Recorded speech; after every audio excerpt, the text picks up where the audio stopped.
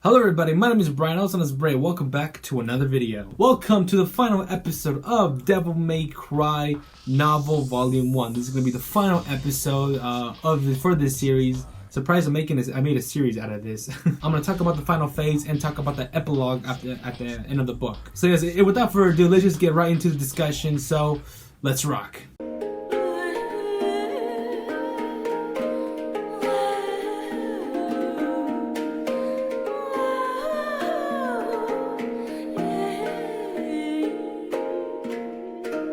So rumors have spread among the mercenaries, among the cities about Tony and the recent events that have happened. They don't know where the rumors have originated from, they just started spreading. They mainly talk about Tony and how he's a danger, anybody close to him meets their end. And I'm talking about how the hospital catch on fire and they saw bodies that were sliced up and matched Tony's sword. And they talk about how Denver's met his end when he was dealing with Tony. And as well as for Carrie, that thought that wanted Tony, but Tony was like, no, be gone, thought. She cut herself. She cut, I'm not even joking. When I read that, I laughed. She cut herself because she couldn't have Tony. What the fuck? Sinister things happen when you're around Tony, and all the mercenaries agreed on that. That's what Bobby, the owner of Bobby's cellar, was telling Tony. Bobby said he has nothing against him, he still appreciates his welcome, but he's warning Tony because if he goes in, a fight's about to break out because everyone in the bar, every mercenary in the bar thinks Tony is a coward and just want to pick a fight with him. So Bobby warning Tony instead of going inside the cellar, he leaves. All he wanted was a strawberry sundae. That's all he wanted. He just wanted a sundae, alright? That's the only bar that sells sundaes, so come on. But he even thought to himself he wouldn't have enough money to even buy himself a sundae. Tony had used up all his savings in his bank to go towards his two remaining daughters of Gru. And he's flat out broke. He has not gotten any new jobs. Nothing like that. He's broke. He had nowhere else to go. Instead, he went to Goldstein's place. Tony knew that every time he shows up at Goldstein, he feels better, or at least he feels welcome, even though Goldstein doesn't show it. So he's making his way towards Goldstein, but then Gilbert and Tony pass each other. They don't say a word, they just pass each other. Tony goes the opposite way, and Gilbert goes inside the bar. So as always, Gilbert always comes here, always takes jobs, and he leaves the remaining jobs to go for the other mercenaries. But then, no. No. Tonight, I have prepared a plan, Gilbert says.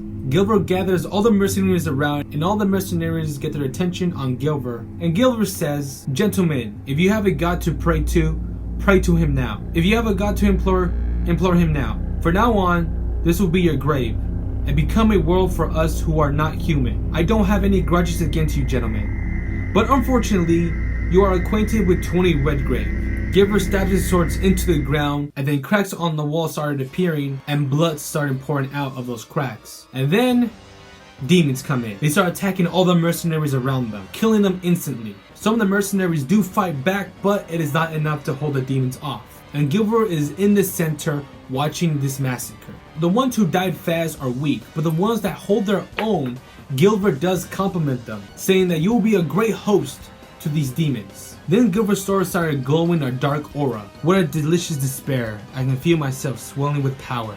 Good. We have replaced the pieces we lost at the underground mall. Now we can play. So now we know that in the underground mall where Gru had died, that ceremony, the ones where the lizard demons started coming out, people gouging their eyes out, ripping them off, that was the first attempt of summoning demons going towards Tony. But since Gru had a grenade and exploded the entire area, it destroyed Gilbert's plans. But now this is a second attempt to bring a demon to his side and go into Tony. The next scene in the chapter, Tony and Goldstein are just eating a sandwich and just talking about how that whole atmosphere of the whole city has changed, the whole people around them has changed. Tony really doesn't have anyone else as considered to be a good friend because of Gru's death. You can say that Tony does consider Goldstein family. They start talking, saying that it's only rumors and it will all pass away. Goldstein tells Tony how Gilbert is dangerous, how he is not human. But Tony doesn't really care if he's human or not because as long as he's with him, he'll make bank. Not out there tonight, am I right? And then Goldstein brings up that you fucking lost my fucking guns again, you cunt. So then it was like, yeah, I was weak. They held me back, so I just dropped them. And yeah, I'm sorry. When Goldstein is done lecturing him about losing her guns, Tony asks her for another pair of weapons. Goldstein was like, nah, fuck you. You always lose my shit. Tony then in the corner of his eye spots something covered in a red cloth. He asks, hey, what's that over there? Goldstein then says, that is not for you. Shut up. That's not for you. I'm not finished with it. You can't see it. Tony was like, yeah, alright, you old hag. I'm off. Tony leaves, basically telling her that I'll be back for those guns later. Tony then leaves his shop and Goldstein there just wondering, fuck this guy. But in a good way. Tony leaves his shop, but then Goldstein goes back into working to that thing that was under the cloth, under the red cloth. Not knowing what was about to happen next. Moments later when Tony was leaving the shop, Goldstein's shop catched on fire. A whole crowd assembled around the fire watching it as the building was raging with fire. Tony without no hesitation rushed into the burning fire. As people watched Tony go inside, they thought it was a fireman because of his red coat, but they were mistaken. It was just someone trying to save a friend. Tony spots her and Goldstein is just sitting there at her desk on her workbench just working on some new weapons. Tony told her, what are you doing here? Don't you see the places on fire? But she didn't care about the fire, so she was just working on the weapons that were covered in red cloth. The two guns were identical. One ebony and one ivory. Goldstein gave the two guns to Tony. An engraving saying, by 45 artworks for Tony Redgrave. But the two weapons weren't finished. Goldstein gave Tony the two guns so that he can personally finish his guns. Goldstein walked Tony through the whole operation, you could say. Him building his guns, putting each piece back together, making two guns specifically made for Tony. So she's been working on these weapons for quite a while now. Since a long time, working these two guns that can only be wielded by Tony. They were heavy, they were modified for Tony and for him to use to fit his style. Better than the previous guns he once held. Moments later, Goldstein fell to the ground. Tony rushed and grabbed her.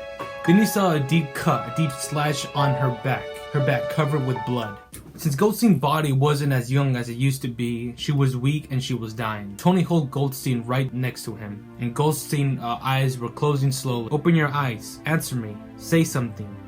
Tony shook Goldstein. Her body grew cold and her breathing had become shallow gaps. And then she started saying, I'm sorry, your mommy?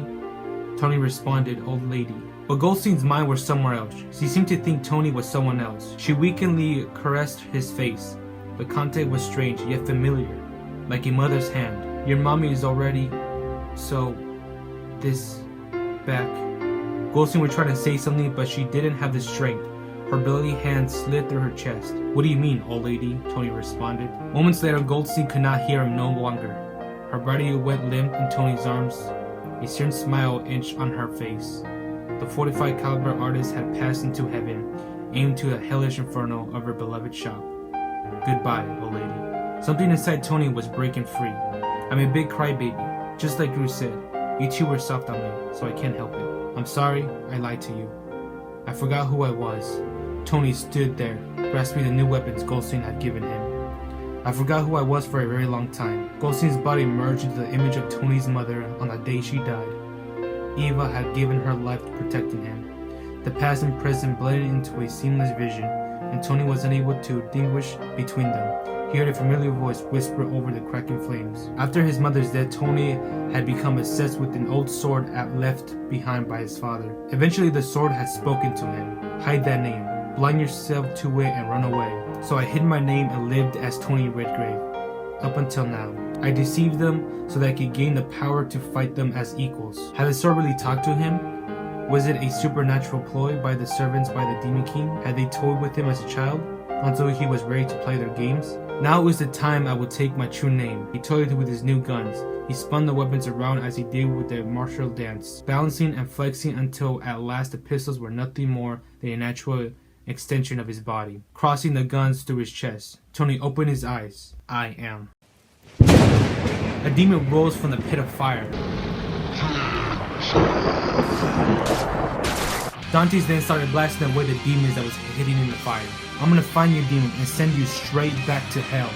Devil Hunter Dante. Then Tony took his true name, Dante. See you, old lady. The guns you gave me, I'm gonna use them better than you ever imagined.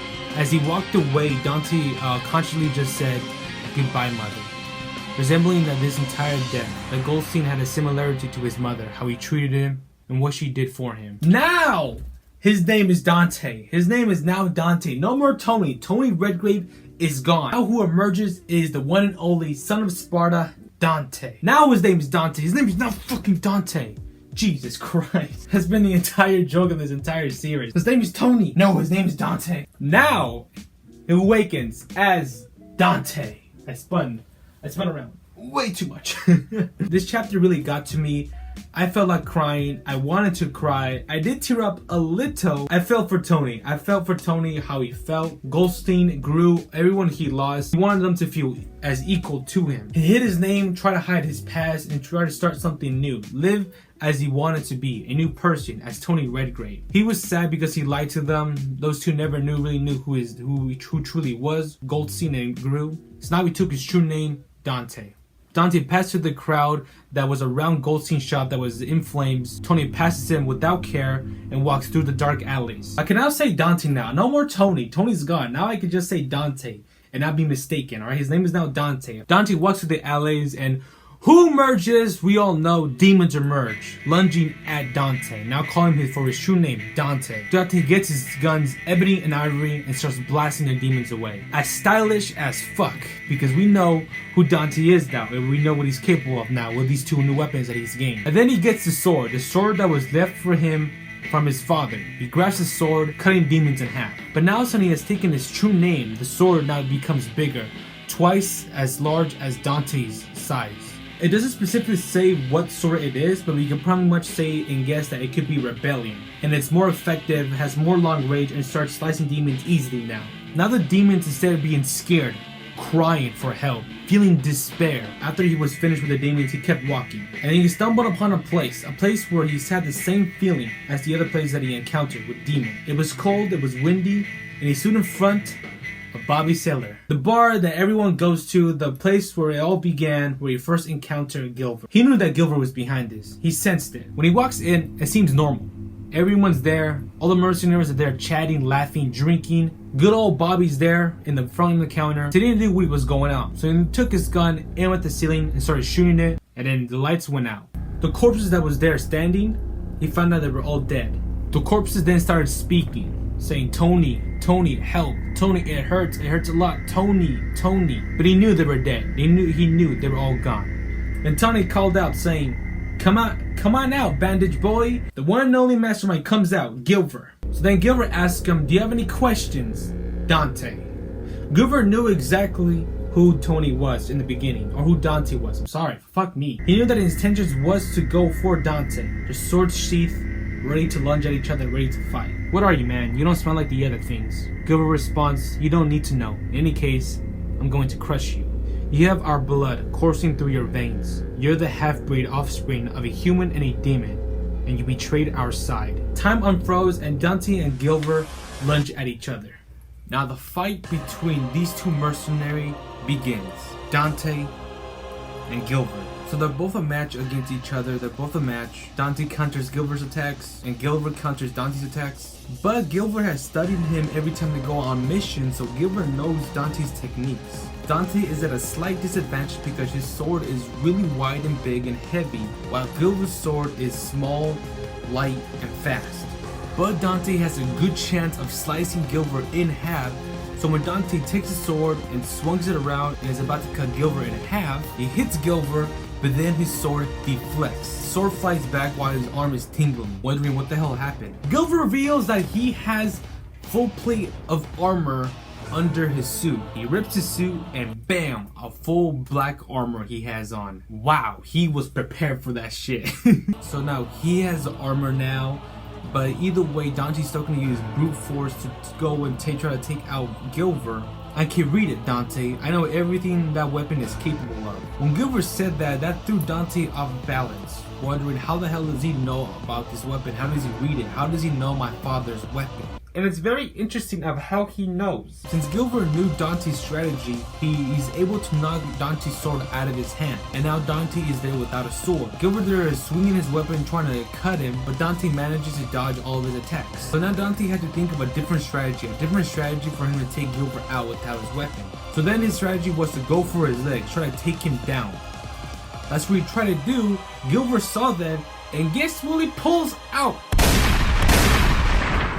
He pulls out the shotgun he got from Goldstein. Dante recognizes that, and Gilbert blasts Dante. He blasts his knees and he's unable to move. Gilbert then shoots both of the shoulders of Dante and shoots him one more time in the stomach, right in his guts. So there, where Dante was there, weakened, bloody, and losing lots of blood. And he couldn't move. He was basically paralyzed in that moment. Gilbert knew he heals. Gilbert knew he's a demon and his body healed. So he was gonna go for the heart and take the heart out so that he'd be permanently dead. And Gilbert points the sword at Dante's chest, slowly trying to go for his heart. He's about to push the sword into Dante's chest. While he does it, the sword hits something hard and it pushed the sword, missing Dante's heart. Gilbert was phased and surprised and shocked. And in that phase, Dante uses that to his advantage. So Dante is able to use the last of his strength on his feet, kick them up, kicking Gilbert's sword, pushing him away, and then basically balancing on his head all the way up for a few seconds. After that, his hands fall to the ground, his whole body falls to the ground, and all this time he was gripping his two guns, Ebony and Ivory. He was gripping them the entire time, waiting for the perfect chance. He gets up, points the guns at Gilbert. Gilbert was surprised and far away and at a disadvantage, and Dante just fires a rain of bullets towards Gilbert. The bullets kept hitting his armor, and then he's able to break the full armor, and then shoots more rains of bullets onto Gilbert's flesh. He's hit so many times and he falls to the ground. Gilbert was wondering what the hell happened, how did he miss? And he found out that when Dante got up, started walking towards Gilbert, that amulet started hanging out from his ripped chest, from his ripped shirt. The amulet is the one reason that saved Dante's life. Thank you, mother. Dante then walks over to Gilbert's body and he sees that his bandages start to fall off one by one. Then he sees that he has white hair. His face looks very familiar, almost as he's looking in a mirror. Oh my god, it's Virgil. It's Dante's twin brother, a brother he thought he lost when his mother died. Virgil's face was filled with hatred and disgust. He couldn't speak a word. Why do you look so much like me? Who are you? Then he sees his katana and his amulet. Virgil couldn't say no words and was just there and disappeared into dust. His sword, his body, just went into dust. Dante, I don't feel so good. Dante falls to his back, to the floor, and just thinking about what happened. Moments later, someone shows up saying, "You don't look so good, Tony." And when it's Enzo who appeared, who walked into the bar seeing this entire massacre. Dante then was still wounded, he was still hurt. Enzo's wondering what the hell happened, I never seen you this badly hurt. He helps Dante up and they start walking out of the building. Dante tells him, "My name is not Tony anymore. That Tony is dead. From now on, call me Dante." And so then Dante would tell them he's gonna explain everything after they exit the bar. After they exit the bar, the entire building fell to the ground, almost as if it's waiting for them to leave, and then it could be like, all right, I can die now, and it falls to the ground. And that ends phase 4 of Devil May Cry. It's a nice chapter. It has more details in the fight than the strategies, more of that. I just kind of gave you a brief summary of the fights and everything. I kind of suspected it was kind of Virgil, of everything. He was equal to him. He had a katana. So I kind of suspected him, and it was him. So before Devil May Cry 3, before Virgil was actually officially introduced, this was kind of like another version of Virgil. I guess they planned on making Virgil. So this is not canon. This is not the Virgil we know and love. This is a different type of Virgil because it's not canon. So yes, this ends phase 4. Next one will be the epilogue, the finale.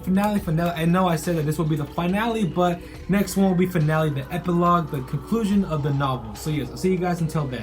Later.